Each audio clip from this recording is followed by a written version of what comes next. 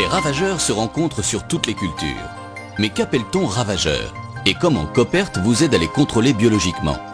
Cette animation va vous montrer deux exemples.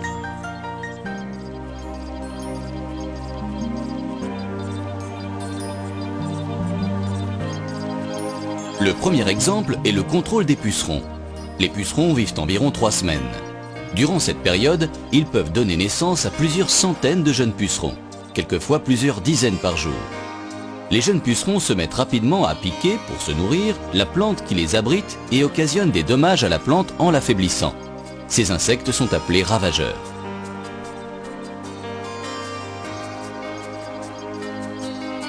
La plante s'affaiblit et son rendement diminue ainsi que la qualité de ses fruits.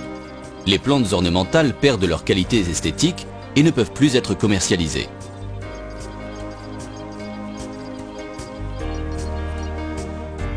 Que peut-on faire contre ces ravageurs? Coppert produit des ennemis naturels à ces ravageurs, insectes ou acariens, que l'on trouve dans la nature. Si ces ennemis naturels sont introduits dans la culture, ils vont maîtriser les ravageurs.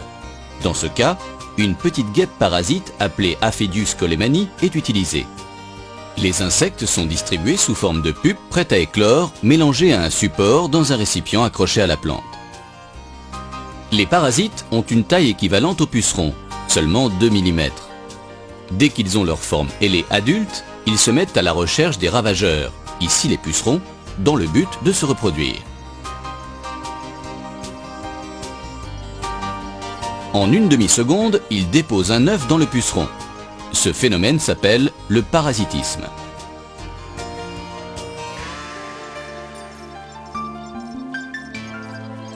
En quelques jours, le puceron va se dessécher du fait du développement de la larve du parasite dans son corps. Environ 2 semaines plus tard, le parasite a fini son développement et va quitter le puceron momifié en découpant un trou rond caractéristique. Si le parasite est une femelle, elle va rechercher un mâle pour se reproduire. Après cela, elle pourra rechercher de nouveaux pucerons pour les parasiter en déposant un œuf à l'intérieur de leur corps. Le nombre de pucerons va diminuer et va s'installer un équilibre.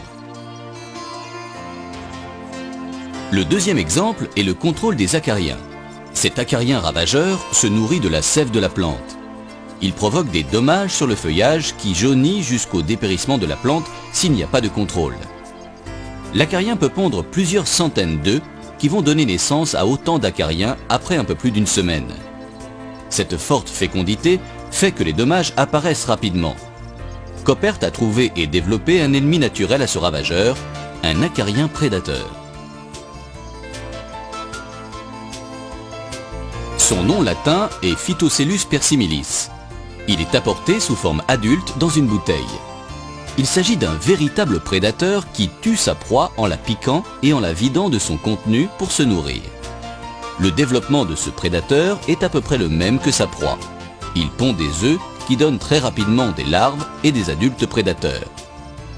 Comme la plupart des insectes utiles, ils ne peuvent se maintenir qu'en présence de leur proie. Les parasites et le prédateur sont 2 exemples parmi d'autres de protection biologique.